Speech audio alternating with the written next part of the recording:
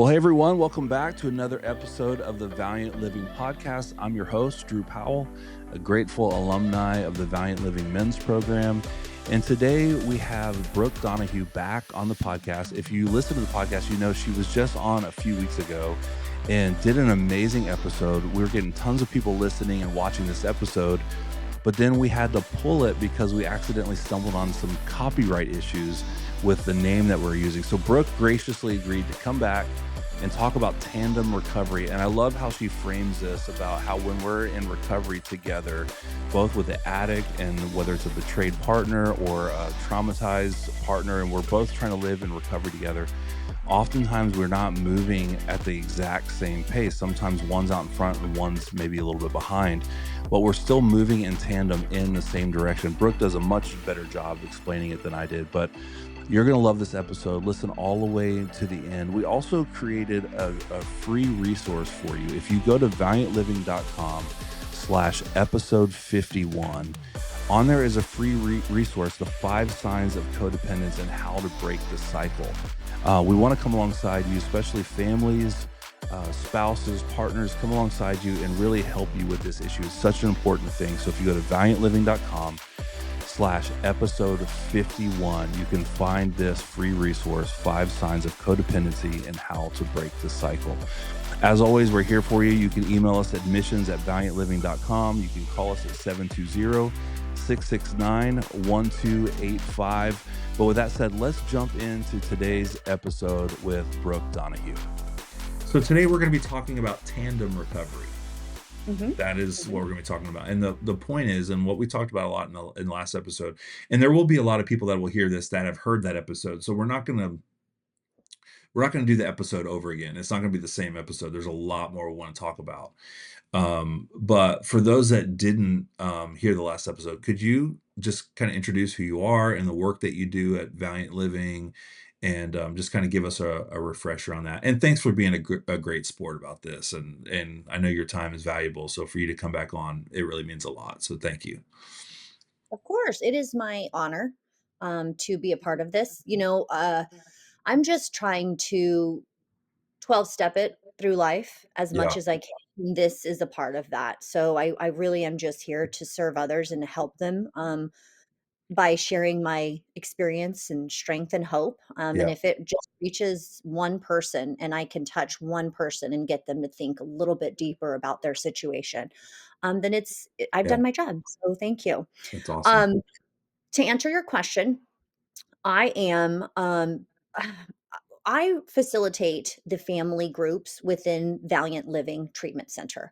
I am what one would consider a family advocate. So a lot of times when the families, spouses, moms, dads, friends, sisters, whoever puts, I I wanna say put somebody in treatment, but Yeah. that's kinda how it goes, but I also wanna be mindful that there are many individuals that make a conscious decision to enter treatment. So, I'll rephrase that by when there's a family member that stands behind Hmm. somebody that is in treatment. Um, a lot of times we don't know how to support this person. We Sure. just know that maybe we should help pay for it. And that's pretty much it. We're very lost in what to say, what to do, how to act, how to speak even. And so my job within Valiant Living is to coach these families, educate them and coach them on the what to do's and what not to do's with somebody that is in active addiction, early recovery, Hmm. and potential relapse as well. Yeah. So, and I love that, and it's such important work. And a lot of people that listen to this podcast it is the family members. And I was just having this conversation with my wife. I also had the conversation with Michael Deneen, our CEO, our owner of our company. A lot of, and I don't think I'm letting the cat out of the bag here, but a lot of our emphasis and focus moving forward as a treatment center is going to be how to support the loved ones, because oftentimes they are the ones that use, as Michael calls, loving leverage, as opposed to an ultimatum, to get their loved one into recovery. Mhm, Most of mhm, us, and I say us because I'm included in this, would have not have gone if it wasn't for a family member, a spouse. In my case, it was my wife and my kids saying, "Dad, we need you to go." And and even a little tougher than that, my wife saying, "Hey, if there's any chance of us rebuilding a future together, it's gonna be at least 90 days, maybe more if that's what they recommend." It wasn't gonna be 89 and 3 quarters. It was gonna be, "You're doing 90." And I'm so grateful because it's I think a lot of spouses, loved ones, partners, it's really hard to draw that line and draw that boundary and do that. And so the work that you're doing at Valiant is so important. And I want you to, if you would mind, just to redefine this idea of tandem recovery. And I love we were talking just a little bit before we started, and you have really kind of framed and reframed this idea really beautifully. Would you mind just kind of sharing, what that means to you and how we can apply it? Of course, yes. When I learned of the fact that we had to pull the last, episode due to the phrases that we were using, I really was upset because that phrase is quite perfect in my mind, Mhm, but so I really just kinda went down the rabbit hole of, other words that I could replace in that, and the one word that I landed on and I was okay with was tandem, and part of my hang up was, well, tandem the definition of tandem is one behind the other, and mhm, I thought, I don't like that because I want to be side by side with mhm, this. But then I really started thinking about my experience and the experience of the hundreds of family members that I've worked with, and I started really kind of putting it together, like, rarely, if ever, are we mhm. side by Right. side. Typically where we are is we are, and again, I love my analogies, and so I'm gonna use a bicycle for another one, similar to a tandem bike, there's somebody in the front and there's somebody in the back, and one of them is driving it, right, steering it, and the other person is using all of their might to, push those pedals, right? Right. And I feel like that is more of a depiction of what us family members go through, is we stand behind this person who is steering, Mm, and rarely can we see where they're going. We just know that we've got to work hard to help them go in the right direction. right. And so we're typically behind this person, supporting them, again, in whatever fashion we think we should. And so when someone enters into treatment, we are there behind them, standing there, supporting them, financing it, loving them through it if we Yeah. can, right? Depending on what that love looks like. But again, so I really kind of honed in on the word tandem because, again, we're always either behind them or Mhm. sometimes even in front of them saying, Yeah. "Hey, I need you to follow me. Follow me here. I'm gonna take you here." I think about that because, I had when my son first started showing signs of addiction, he was very young. He was, I think he was 17 when he went into his first treatment center.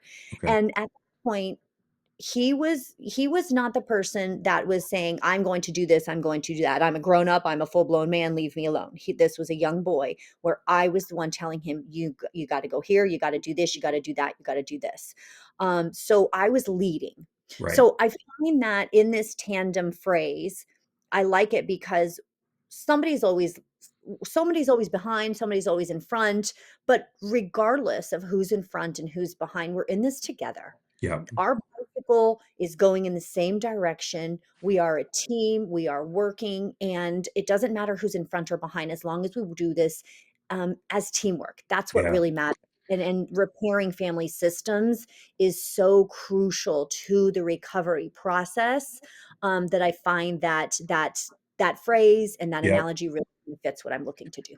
I love it. It's to me, it's so perfect. And as you were talking, what came up for me was, when and I've heard a lot of my friends who've gone through recovery is in a similar place where say you do 90 days and you come home and you feel like, hey, I've just been in this 90-day boot camp in this incubator of sorts. I mean, that's not completely fair, but it is a very safe, protected environment. Then you come home and you're like, you're on cloud nine. You're like, I'm fixed, I'm better, I'm good, I'm whatever.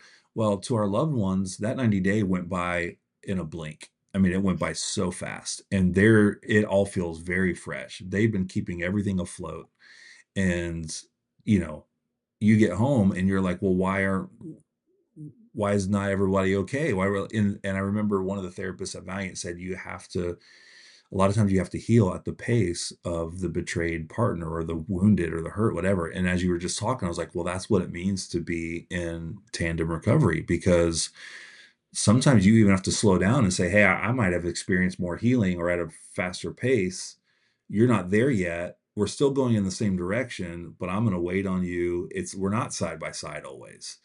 So I do think in this whole in this whole deal, the way you've reframed it, it's actually given a deeper understanding and level of what this actually is. Because you're right, there's very few times, at least for me and my wife, where we're exactly side by side. Sometimes, and we're trying to attune, we're trying to get there, but mostly it's, I'm struggling or she's struggling or whatever. And it's a back and forth. Sometimes she's leading, sometimes I'm leading. And it's a beautiful, beautiful picture. So thank you for what I think what this whole conversation got richer and deeper because of, you know, your willingness to be flexible Yeah. with that Listen, phrase. it's where we were taken, right? The Yeah, world, the world reacted, right, and we responded, and our right. response is even better, so I'm okay with it. Yeah, yeah, it's great. It's great. Well, I want to talk a little bit about emotional responsibility and some internal work, just kind of picking up from where we left off. And I feel like last conversation, I got through like 5 questions and there was like tons more. So we'll see where this one goes. But one of the biggest turning points for partners is learning to separate what's mine and what's his. In recovery, we talk about keeping our sides of the street clean, and there's so much in codependency. I know my wife and I have been doing a lot of work recently on just codependency. What is it? Where does those things intersect? What does emotional responsibility actually look like in a relationship that is recovering from addiction? Mm. Um, it's a really good question. Not a lot of people stop to think about that. Hmm. And honestly, it's because society and our upbringing teaches us otherwise. Sure. So let me back up a little bit. When we are young, we are taught that we need to share so that we don't hurt this person's feelings. We need to, have good manners so that we are viewed as a nice, polite child. We must say please and thank you, right? We're taught these certain ways of moving through the world, if you will. And we're also taught that when we are polite and when we oblige and when mom and dad are happy, then we get allowances. We get Hmm. privileges, right? And when we're naughty or we talk back or we say the things that make the person angry, we are then taught that that's not a good place to be. Hmm. We learn that isn't always safe. It's not safe for us to say no because Hmm. then the parent is mad and now we're punished. So as we grow up, we are taught to be a good girl or good boy. Hmm. Then we grow up and we get married and we have children and we're still thinking that. I really want to say no, but I'm going to say yes because my partner really wants this and I'm going to go ahead and do it even though I don't want to because I want my partner to be happy. And while there is room for that in relationships, unhealth when we lean into the unhealthy space when we are chronically doing that. When Hmm. we are consistently abandoning our own wants and needs to make another person happy, okay? Right. Right. Then we have society. Society says, look at this loving mother. She has given up her career. She has given up her friends. She hasn't bought a pair of shoes for herself in 20 years. This is a selfless mother. This is the ideal version of a mother or a father. Hmm. Plug it in however you want. So not only is our upbringing telling us this, but also is society. Look at the father. He works all day. He doesn't even have hobbies. He doesn't do anything. He gets off work and he goes straight to the kids' games. And that is one heck of a father, Right. Dad of the year right there. Yep. right? So we have all this programming that tells us put others first, put others first, put others first. But then we get on a plane and the flight attendants tell us to put the oxygen mask on yourself. Yeah. And I'm Feels like, "Wait a wrong. minute." Right, I'm like, "Well, wait a minute. This goes against everything I have been taught in my life. To be Right. a good girl, I must help everybody around me first." Yeah. But what happens if we decide to help others around us first when we are on a plane that needs oxygen masks is we run out of breath and we Mhm. are unable to help anybody around us. So Wow. we must help ourselves first before we can help others. Now, I don't know about you, but when I get on a plane, my earbuds go in and I don't listen to anything anybody says, Yep. okay? Same, same. So even though I've heard that rule, that recommendation, whatever, for years and years and years, I've never put it into play in my life until um, I started loving individuals that were struggling with addiction, and Mhm. was chronically putting them first. And at no point did I ever take a moment to ask myself, what do I want to do? What is best for me? It was always what is best for this person, what is best for that person, what's best for the kids, what's best for my boss, what's best for this company, okay? Um, Again, really never taking inventory of my own Mhm. needs. So, to answer your question, what does it look like to Yeah. be emotionally responsible? What that looks like is to, again, ask yourself, "What do I need?" And then Mhm. honor before you honor somebody else's needs and wants. And that's a really difficult thing because we are having to unlearn all the stories and all the programming that we have learned, again, throughout our upbringing and society and wherever else we went through, all the relationships, okay, that we've experienced. So when I separated from my ex-husband, who was an active, addict, I didn't I didn't even know what my favorite food was. I Mm. didn't know what my favorite color was.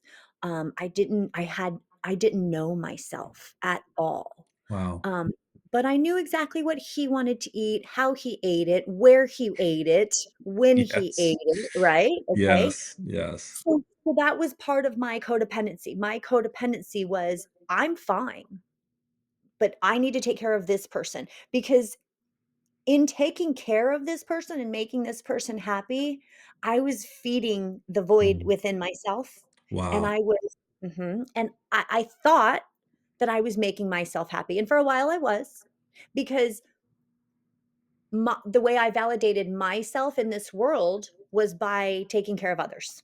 So you're getting something from it too in that moment as someone who's in a codependent type relationship. That's interesting. It's feeding Absolutely. something in you as well, or not you, but in this scenario, yeah. Yeah, and don't get me wrong, Drew, like, I still struggle with this. It is a constant practice for me. Mhm. I wanna make everybody happy. I want everybody to like me. I want everybody to invite me to their parties and to Right. think I'm a great person, and so I walk through this earth really trying to appease everyone.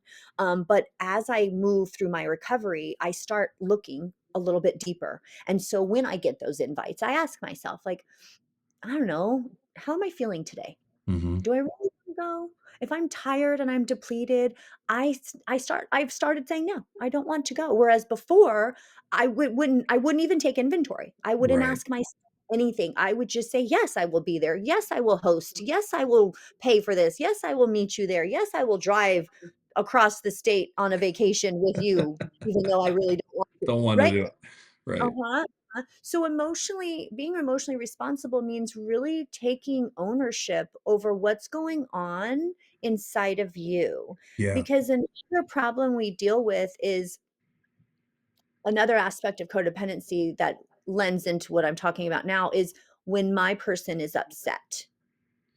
I am upset. When they Yes. are happy, I am happy. When they're freaking out, I'm freaking out. So to understand where my emotions begin and theirs end is Mm. so important. And it's a lot of work I do with the families and the wives of these individuals struggling because their crises, which happen often because we're dealing with somebody in active addiction, become my crises. Right. And I don't even think about it. I am on the phone, I'm in the car, I'm paying this, I'm doing whatever I have to do to fix and to solve. And at no Mhm. point do I stop to ask myself, how do I feel about this? Yeah. It's so I mean, I relate to so much of what you're saying. I mean, it makes so much sense because, coming from my side of being an addict for so many years and most of those years not even knowing it, I can see now in hindsight how my personality tend, especially in my marriage relationship, to kind of suck all the oxygen out of the room. Like it was, my feelings are big, my needs are big, my career, my job, let's move, I mean, it was, and over time, I just became the center of the universe and everything revolved, kids, wife, everything revolved around me. And it wasn't that, I don't think it was that I didn't care about how other people was feeling. It just, my feelings were so big that I didn't even know or think to ask, "Well, what do you need? What are you feeling? What are," and then I just made the assumption, well, if you felt something, you would just share, because 'cause I'm just sharing openly, I'm living big, whatever. This actually just came up a few weeks ago where we were talking about something, it was a career type decision, and again, I was getting in the back in the driver's seat and everything was getting big, and Jamie kind of just very calmly and politely said, like, "Hey, have you considered how, what's going on in me right now?" And I was like, "Oh, wow." I did it again where I just assume everyone's like me. You just share your feelings. I'm just open share. Like, well, I figure if you had them, you would share them. But for so many years, I sucked all the oxygen out of the room. There was no space for anyone else to say, and that's really tough to detangle, to unwind, to, without intentionality and coaching for people like yourself and treatment and everything else. I mean, it is really tough. Eh, I'm curious, what are some other just subtle ways, because there's so much of what you just said that I'm like, gosh, she's just reading my mail, because this is, but I think this is in a lot of relationships where, like, even when you said learning how to be okay, like letting someone have their anger or have Mm. their fear or have their sadness, but not feel like I've got to go down that rabbit hole with you. Like I can empathize with you, but I don't have to, your bad day doesn't have to be my bad day. Like I can still have a good day and not feel shame that I'm actually having a great day. And I'm sorry you're not having one. And how can I, you know, help you? How can I make your day better? But I'm not going to go down that road with you. What are some other, and I feel like I got to give a disclaimer. I'm nowhere near having this down. I'm learning this, like Mhm. 9 times out of 10, I fail at this. So let me just put that out there. Um, but what are some other subtle ways that we can slip into caretaking, control, resentment? I mean, without even realizing it. That's a great question. I feel like I say this to all your questions, but they are very well thought out, but also you're in recovery, so you Yeah, have been I'm in a living it. situation. Right, exactly, so that's why you ask such a great questions, but, um, there are so many ways. It's so insidious. It is so, tricky, and that is part of, again, the daily practice. Even I have to practice daily, and I've been doing and I'm out there coaching people not to do it, and it falls Right. in my lap on a minute by minute basis. So okay, so let me give you a little bit of background. I am Hispanic, and in the Latin culture, women do a lot of the cooking and the Mhm, caretaking. And part of our culture is we're really good at cooking and serving. Okay. So growing up, I never saw my stepdad in the kitchen. I never saw my brother in the kitchen. I wasn't even in the kitchen. My mom was such an amazing person. Um, mhm, she would cook, she would clean, she would serve. We would sit at the table and she'd bring everything to us and then she'd pick everything up and she'd take everything back. My grandma too, right? This is part of my family's culture. And so when mhm, I became a wife, I that's what I did. I didn't realize that that was part of my codependency. That was part of my mhm, family's codependency, okay? Because I was brought up being taught that this is the way our culture is. This is how the women in our family do. And I'm more than happy to do that. As a matter of fact, I still do that today. However, I do it with intention. mm, I realize what I'm doing and I choose to do it. So here's the line, okay? When we are doing things automatically and we are not being intentional about it. So for example, let's say husband walks in the kitchen and he's like, "Oh, I'm so hungry." "Oh, are you hungry? Do you want me to make you a sandwich? Are you ready for dinner? There's, some apples, I can cut you an apple. You want an apple?"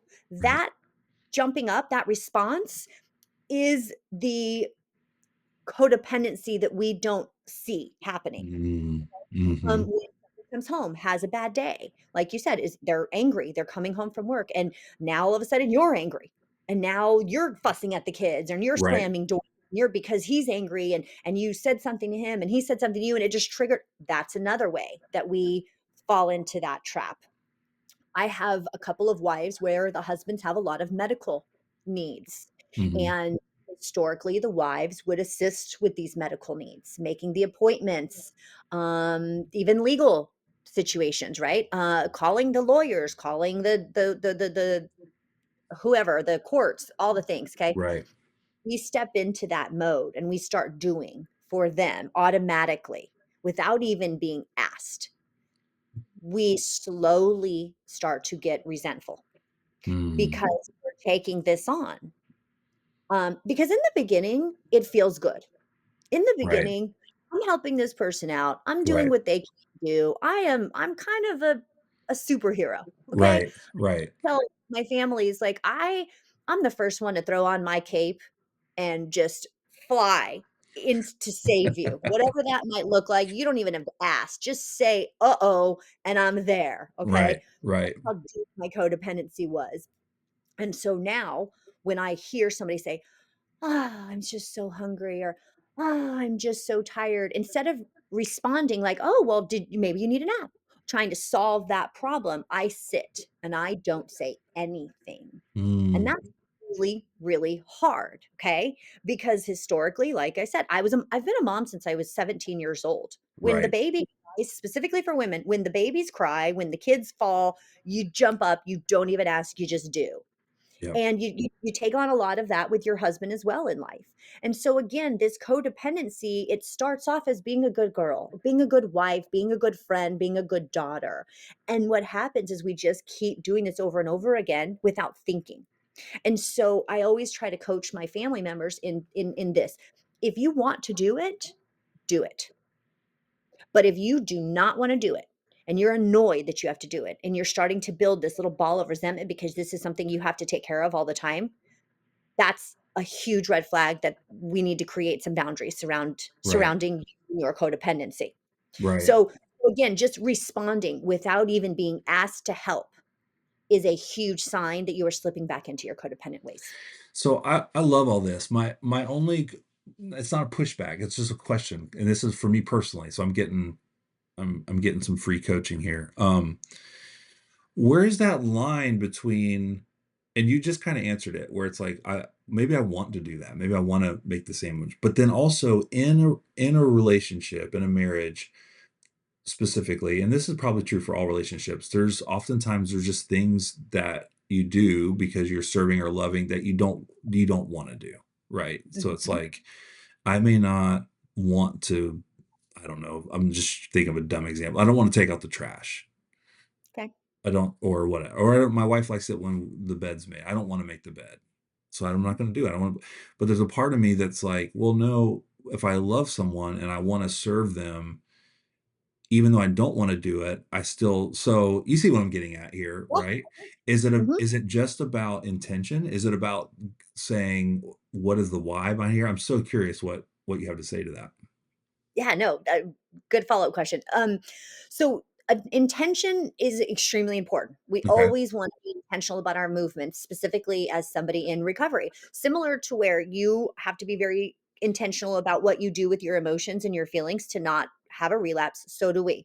We have to be very intentional with our feelings and our emotions, okay? Because again, to a codependent, it feels really freaking good to make that sandwich, to call that boss, to make the appointment, to pay the debt, to whatever. Right. Right. So intentionality is huge. But the next one is motivation. Okay. Great. What's your motivation?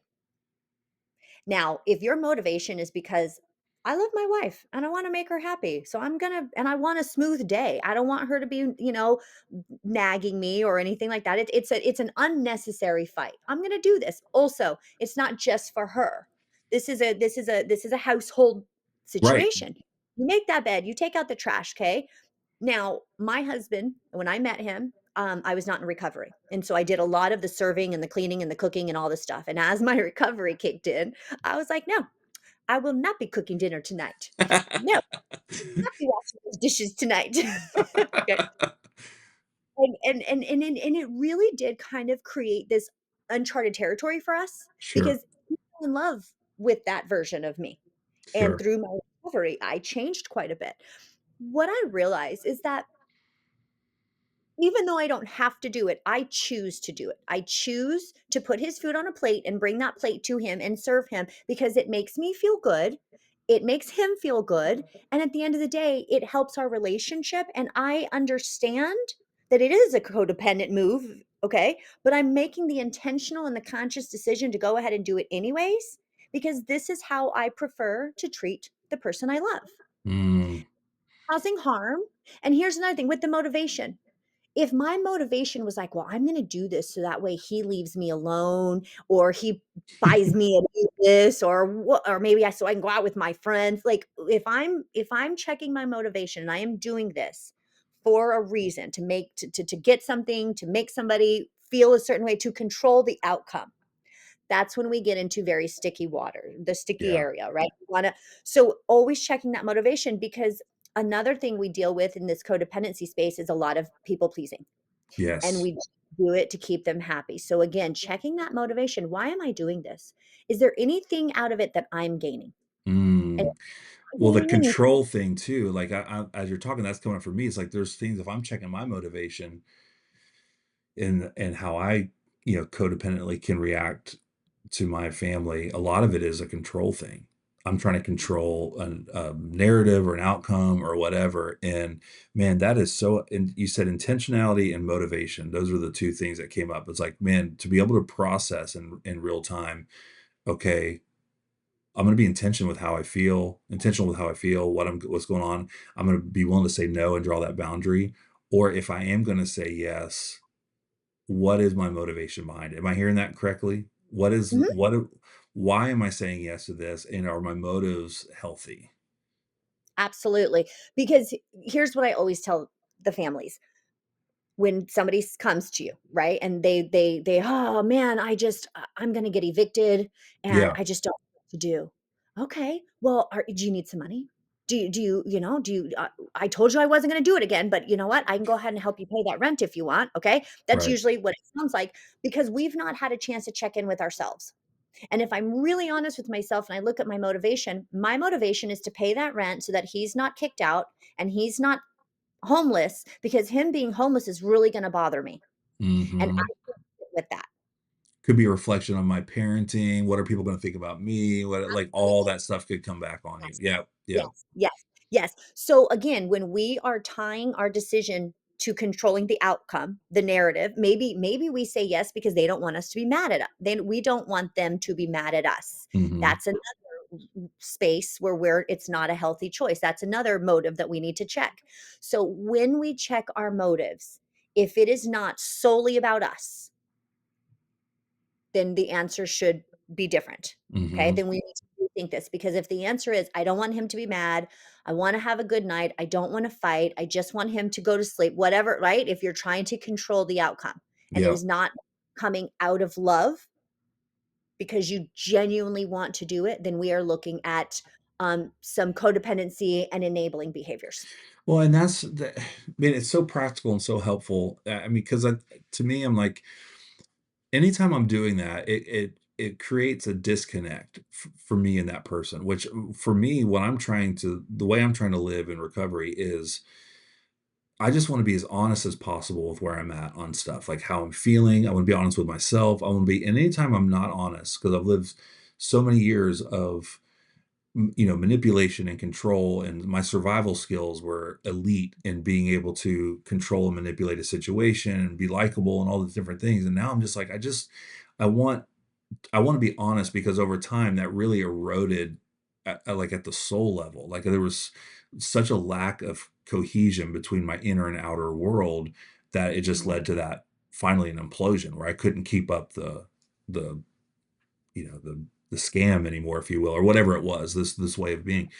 And now I'm like, man, I just want to be honest. I want to be honest where I'm at, where I'm feeling. And even if that creates feelings in the other person, I want to be able to say, I'm not. I can't do that right now, or whatever it is, or have those different conversations. And I feel like what you're saying is so helpful in breaking the codependent cycles because it allows us to go internal and really understand the why behind what's going on in our relationships. And I'm super curious specifically for women. And the reason why I'm just saying that because Valiant is a men's program, so a lot of you're working with are the partners, and a lot of them are women, but I think it applies to everybody. How would you recommend that these women or the codependents in the relationship, how do they begin to connect with their feelings, connect with their pain? And maybe you've already you said it because the intentionality and the motivation stuff is super helpful. But as opposed to being focused on the partner's dysfunction, how do we Mhm. start to reverse that to where I'm in touch with what I need, what I'm feeling, and even the painful parts that are going on? Yeah, yeah, yeah. Good question. Um, okay, so self-care. Mhm. Um, it is one of the topics that I teach that is always an eye roller. Okay. People tend to skip this group because they're like, I know self-care. I got to take a bath and I need to, go shop. Light a candle. Yeah, right, right, yeah. Right, right. But when over and I'll be very honest with you, in the beginning, it was about that, okay? But what I have found throughout, again, the years of shopping that didn't cure my problems Right, has right. taught me is that we if where I begin is, how do you respond when your Mhm. person is in addictive behavior? Let's talk Right. about that. Tell me what you feel, tell me how you're responding. And so I start from the very beginning. Okay? Yeah, We talk about the feelings and the emotions, and a lot of times they cannot even place the emotions and the feelings, okay? Because they're so wrapped up in all the things, and they honestly can't remember it, okay? right. Because it happened and they're just, I don't know. So I always help them look at themselves, okay? Are you breathing? Mm, When the phone rings mm. in treatment and his caller ID comes up, what are you feeling right then and there? And a lot of times they stop breathing, their body stiffens. So really getting in touch with the physiological part of it. What is your body doing at this moment? Because here's the thing, our minds are like, "Oh, he's calling, I better answer the phone, I better," right? We're our codependent mind is going. We Right. gotta rise to this occasion, but our body keeps the score, That's and our right. body is telling us, "Don't answer that phone. Oh my god, it's a crisis." And you're literally in fight or flight when that phone rings. So Yes. if I can really help the wives, the family members identify their body and what their body is experiencing in those moments, that's a great starter because a lot of women, they cannot place that. Okay. I couldn't even place that to begin with. I had to really think about what it felt like when I was about to get into a conversation or engage with one of my addicts. After we deal with that and we talk about what are you experiencing, then I start talking about, okay, what do you do when you experience these moments? Uh-huh. When you are breathing heavily or you've stopped breathing or you've got these butterflies in your stomach. They're not the good butterflies, but the butterflies, right? Or your heart's racing really quickly. Or how about the sweating? A lot of us start sweating, we get very hot, Wow. and just the heat just goes. Mine personally starts at my head. When the top of my head starts getting hot and it starts moving down my body and my stomach is doing the butterfly thing, I'm going to tell you now, I'm going to stop the conversation. I'm going to get the heck out of there because I'm about to explode. And I think that that is the most important place to start with a lot of Yeah. these women. Is if we can stop that, if we can become aware and stop it in its place, then where we go next is not the arguing and the fighting and the cussing and the screaming or the shutdown. Some women experience complete shutdown when they get these emotions and these feelings Mhm. coming. Um, because again, we don't even see it. We don't even see it coming. So identifying where it's coming from and then working on what do we need to do? Start breathing again. Swing your arms, go for a walk, right? What are we doing to help release these emotions? Because another thing we're really good at doing is keeping it all inside. Right. Yep, Mhm, bottling it mhm. up. Yes, yes. Let me ask you this, because I wanna move on to I wanna talk about relational triggers and navigating those, because that's a big one, but this topic of codependency and emotional responsibility is so important. One quick follow-up is, I think a myth is that, and I actually don't know that this is 100% true, so let me frame it as a question, not as a statement, but a lot of times I've seen you've got, like, these categories of the codependent partner and the addict, and you've got the addict with the codependent. But isn't it true that the addict can also be highly codependent as well? Like, it's not one or the other necessarily. Like, because what I'm finding in myself, I've always looked at my wife as she's codependent and I'm an addict.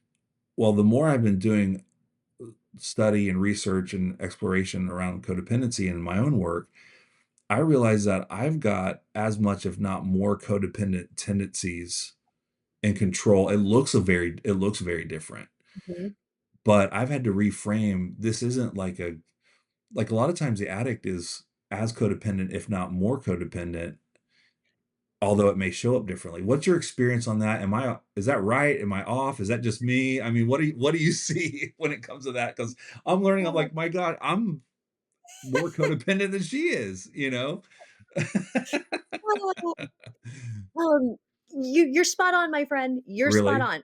Here's the caveat. Y'all are coping in different ways. Y'all Right. are numbing, okay?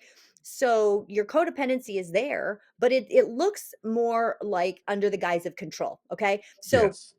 So for you guys, right? Y'all want to know a little bit of everything, okay? You got to have control over whatever. But when your wife doesn't fill in the blank, there's these feelings. Mhm. And and here's the biggest thing I will say. When a woman steps away from that codependent behavior, the men start really identifying with it because they're still angry. See, listen, misery loves company. Okay. Mhm. So Mhm. if your wife did not rise and did not meet you where you were and she stayed even keel, you would feel a certain kind of way. You'd probably even get angrier because she was not there to meet you where you were. And Mhm. that in itself is the codependency that we speak of. So again, when an addict is in active addiction, the codependency doesn't really come out because you are numbing.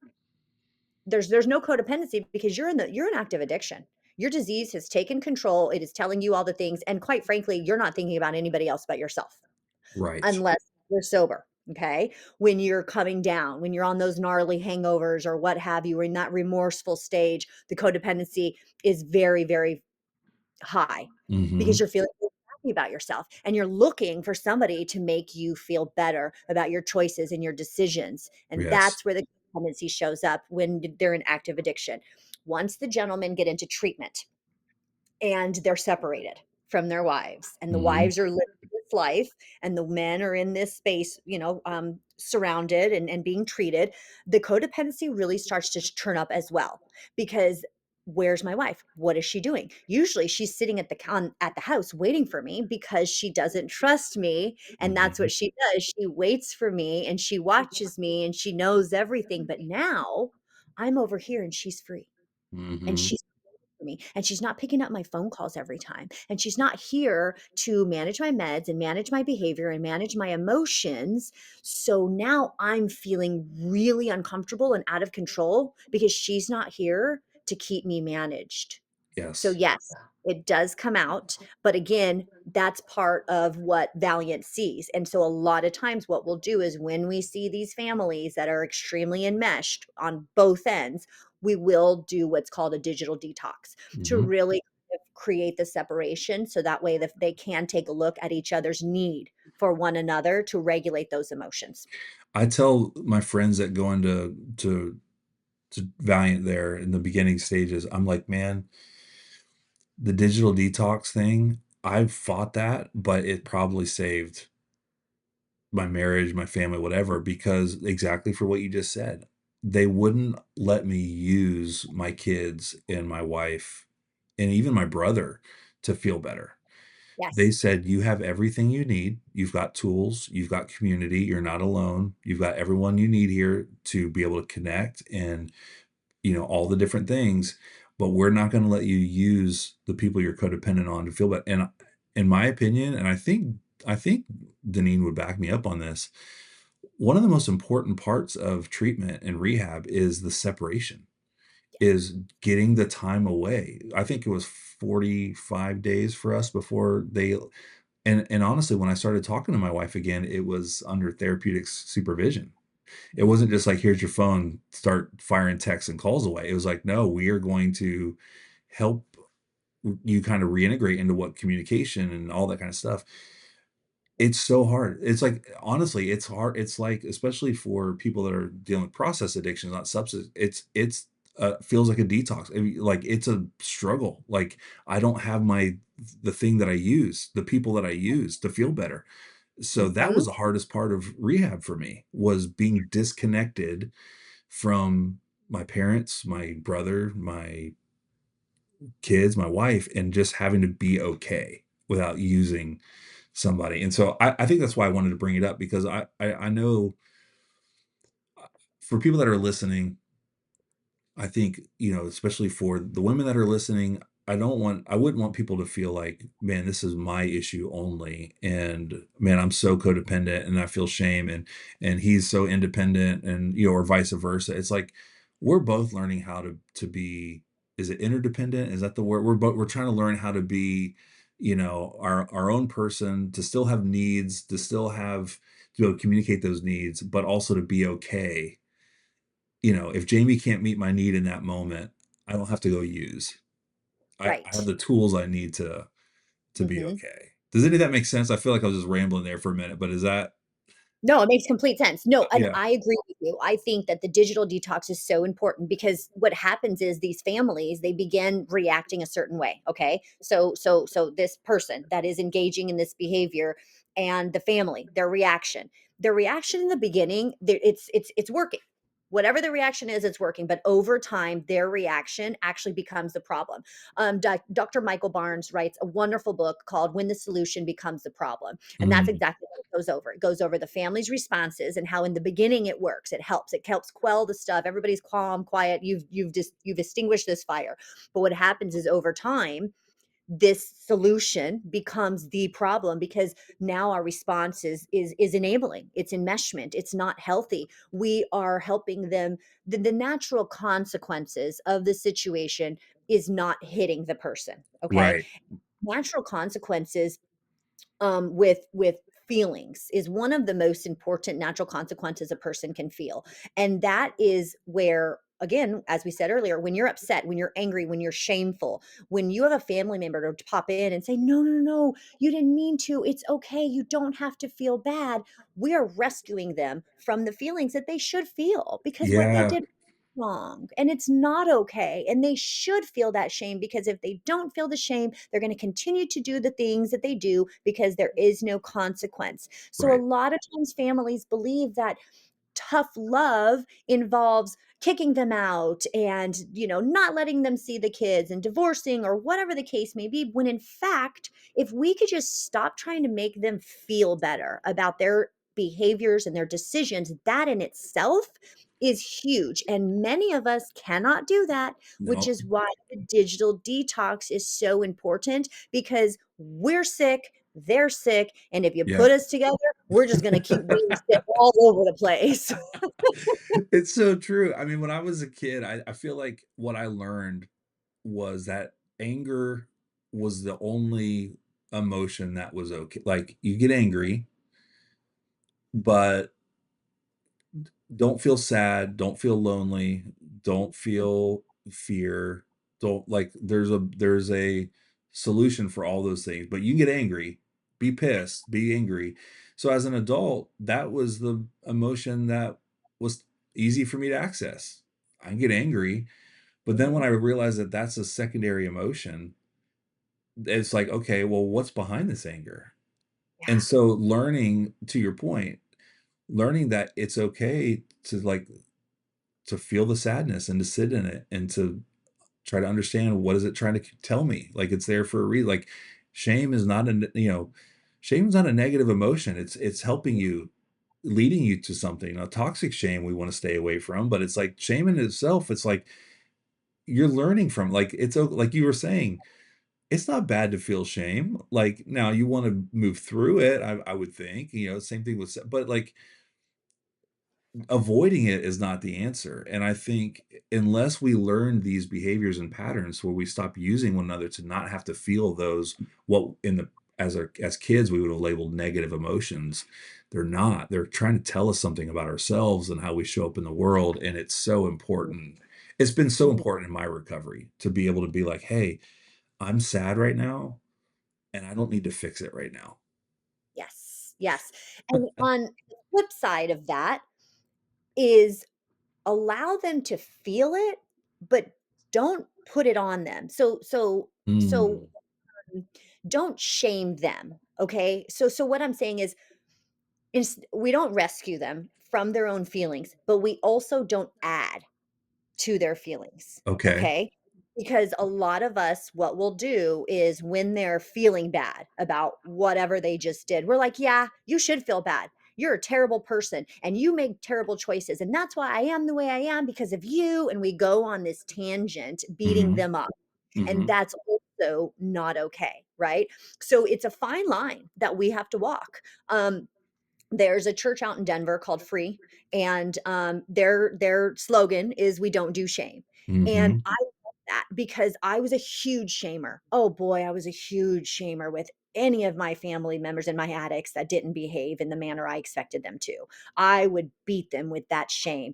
And when I stopped beating them with the shame and I just allowed them to, because what I did was I would beat them with it, and then after I learned that that wasn't healthy, then I would try to rescue them from it. "No, it's okay. I know you didn't mean to do it. It's an addiction. It's not your fault," and blah, blah, blah, blah, blah, and I would do Hmm. all those things, and then I took a step back again as my recovery progressed, and I thought, "Well, wait a minute. It's not okay. What he did was not okay." So, my advice, and I encourage anybody to do this, is when they apologize, accept that apology, but do not say it's okay. Say, "Thank you for that apology. Thank you for Hmm. understanding what it has done to me." But when we say, "Oh, no, it's okay," and we tell them they don't need to apologize, then they don't have the opportunity to sit with the feelings that their Right. behavior brought up, and that's an important part. So again, we have to be very careful. We want to let them sit with their shame, but we don't wanna add to it.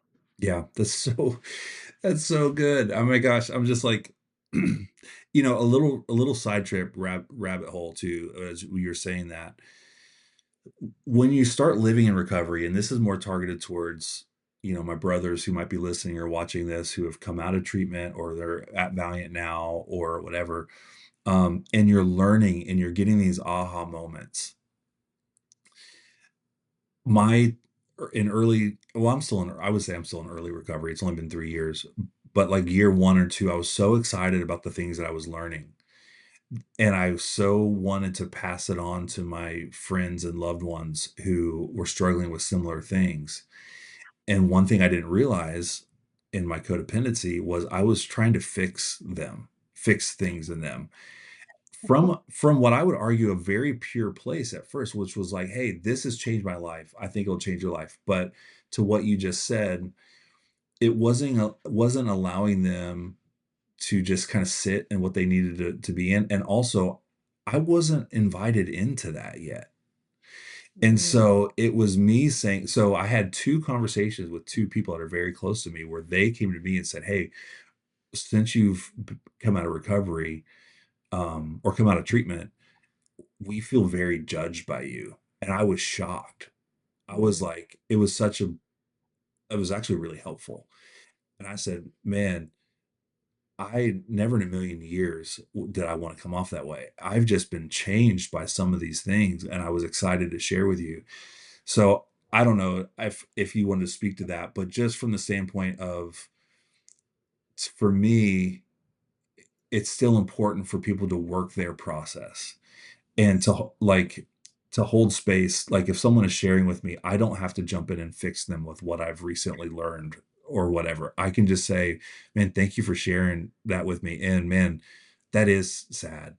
That is tough," like, and not hit them with well, IFS this or that or there, what I learned that, it's like, and so anyways, I don't know if that's helpful for anybody listening or watching, but I think that's part of the codependency is let me fix you. And that's so hard when you know that there could be something that would be really helpful for them because it's been helpful for you, but to just allow it to be. Yeah. It Can I just tell you that is one of the hardest parts of my job is, Oh, I like, can I imagine. need to do. I know exactly what you need to do. I know exactly what you shouldn't do because I have done it all, Right. okay? Right. But and again, and we alluded this to the last, or I alluded to this in the last podcast, but since it's no longer, I'll say it again. The reason I started this work was because I was so codependent with my son, and he did not want anything to do with me trying to help him. And so I took this need to help others, to fix others, and I started volunteering in the community with other parents of addicts, and then and then I got a position Mhm. within, Valiant, and I got my coaching license, and I started doing all of this, and part of my codependent behavior is the line of work I'm in. Let's be Mhm. honest. I want to help, I want to fix, and one of my biggest struggles is to not get in there and to tell people exactly what to do. "Why aren't you listening to me? I told you to read the book and listen to the podcast," right? Yeah. But rather than just to sit there with them and to Right. hear, to listen to them, to meet them where they're at, to say, "I'm so sorry. That's really hard." Specifically with my son, he's in and out of addiction often, and when he calls me and he is in that remorseful state, it is the hardest thing for me to do to just sit there and love him and say, "You know what? I have faith in you. You're Mm. gonna find a way out of this." Because what I wanna do and what I have done in the past is I get my Rolodex out and I Yeah. start calling everybody I know. "Can you go call him? Can you go check on him? Can you pull him out of his apartment? Hey, do you have an open bed? Hey, do you take Yep. Medicaid?" Right? Like, I am just there, and that's not helpful for either one of us. And Mhm. so in my line of work, I have to sit with people, because there comes a time and a place when they're ready to hear and ready to be told, I guess, and Mhm. coached to, but for the most part, the first few sessions that I have with my clients, it is spent just listening and Yeah. just sitting with them in the pain and in the sorrow, because we're not ready to make moves yet. We Yeah. need somebody to hear us. We need somebody to validate us, to tell us we're not alone, and then once we've gotten past that, then you tell me what to do. I'm ready to make the move, but until they're ready, there's nothing we can do but sit there and be with Mm. them. So one of the things that I've learned throughout my 12-step program is attraction, not promotion. Ooh, I like that. Okay. Unpack that. So living in the way that you would tell people to live. So in the Al-Anon program, we are taught to stay in our lane. And that's not just in our relationship with our addict, but every relationship. So many of us like to focus on other people, specifically the negatives of other people, because it makes us feel better about ourselves. Okay.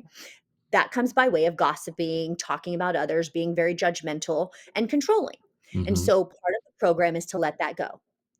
Um, and that's really hard, okay? Specifically when I'm around people who do it. And what Mhm. I wanna say is, that's not a good thing to do, and we should all live differently, and we should do this, Right. and then nobody wants to hang out anymore. Everybody wants to. You become that person. Yeah. Yes, yes, Yeah. yes. So when we live in that way versus talking about it, people see the serenity and the peace that we have in our world, and they want that. And so curiosity gets them, and then they come to me and they say, "Hey," and this happens. This is how I get clients via social media. I live my life, I'm open and I'm honest. I say what I have to say, and people are seeing me from who I used to be. And they Yeah. say, "What did you do? Like, Right. what did you do to change so much? Because I need a little bit of that in my life." And I Mm. say, "Here's what I started. As a matter of Yeah. fact, I am a professional now, and I'd be more than happy to help you find your way as well."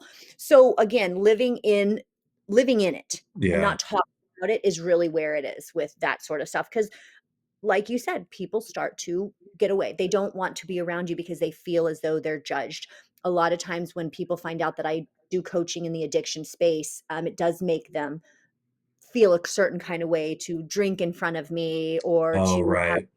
Mhm, mhm. And so I'm not judgmental. I love everybody, right? I love addicts. I love boozers. These are my people, right? I Right. love Right. um, and so there's no judgment, but I am here to help you if you ever needed it. So that's Yeah. kind of where I try to come from. So funny because I was a pastor for 20 years, and it was like the thing that I didn't want to tell people when I met them was that I was a pastor. And it wasn't because I was ashamed, it was because of how they felt like they needed to change Right.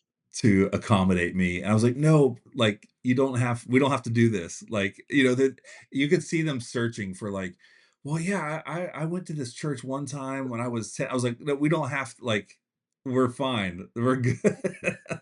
Yep. But yeah, I totally get it.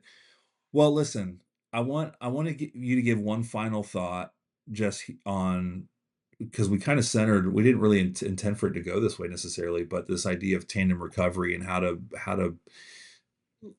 the codependency and how to kind of find emotional responsibility, all that stuff. I would love if you would be willing, and I know it's presumptuous, I do want to talk to you about triggers, specific Mhm. triggers, like in how we navigate those things. So if you'd be willing to come back at some point, I would love to have that conversation with you. Um, but for today, what final word do you have for our men and women listening who are really trying to find their way through this, through codependency and trying to live in tandem recovery with one another? And I love how that kind of come full circle because that's true. Because there's times where I feel way more codependent on my wife, and there's times where she's leaning on me. It's back and forth. And but I think in being in tandem recovery with one another, the beauty of it is we're both trying to live a certain way. Mhm. So we can kind of understand and see and call it out lovingly and all those different things because we're both moving in the same direction. So what kind of final thought would you have for us as we're trying to live this? It's beautiful, but gosh, it's harder, isn't it? It's a harder way to live in some ways. It's a better way, but it takes more intentionality. Um, it is so hard. It is the hardest way. Listen, you want crazy, you want in your face, you want gossip, you want Yeah. judgmental, that's naturally to me, Yeah, that's okay? easy. Right? Like I am by default crazy. Being mindful, being intentional, staying in my own lane, that takes practice. So yes, you are 100% right. It is the hardest thing I've ever done in my life, but man, has it been worth it. And so what I would love to leave with is it's really important to just always consider self. For Mm, so long, we have put ourselves aside and we have put others first. And we've got to start changing that. So always ask yourself, what is best for me? What do I mm, need? What do I want in that moment? And then, like I said, check your motivation. yeah. Why am I doing this?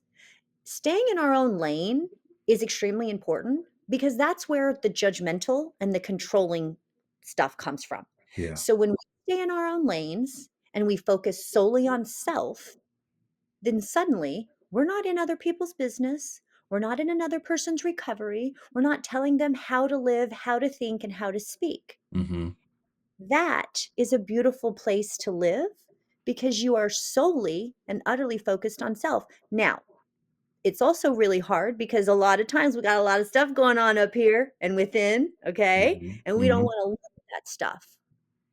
But I'm going to tell you this, looking at ourselves and holding a really big mirror in front of ourselves and looking at all the ugly and all the good is necessary to grow in life. Mhm. Being uncomfortable is where the growth comes from. So focus on self, and everything else is going to fall into place. Well, man, wasn't that so good? Thank you, Brooke. Again, we're just so blessed to have her a part of our team here at Valiant. The work she does with families and supporting whether it's spouses, parents, kids, all the above. Brooke is amazing and such an important part of what we do here at Valiant. Again, we created a resource. If you want to get into a little bit more on this, on codependency, we created a resource that's completely free for you. It's at valiantliving.com/episode 51. And if you go to there, you will be able to get the PDF. It's 5 signs of codependency and how to break the cycle. And we believe this will be helpful for you as you continue on this path and this journey. Thanks again for listening, for watching, and for being a part of this conversation. Again, if we can serve you, your family, maybe it's a client of yours in any way, please reach out to us. Our phone number is 720-669-1285, or you can email us at admissions@valiantliving.com. Thanks again for listening. We pray that hope that you stay connected, you stay honest, you stay healthy. And until next time, you've been listening to the Valiant Living Podcast.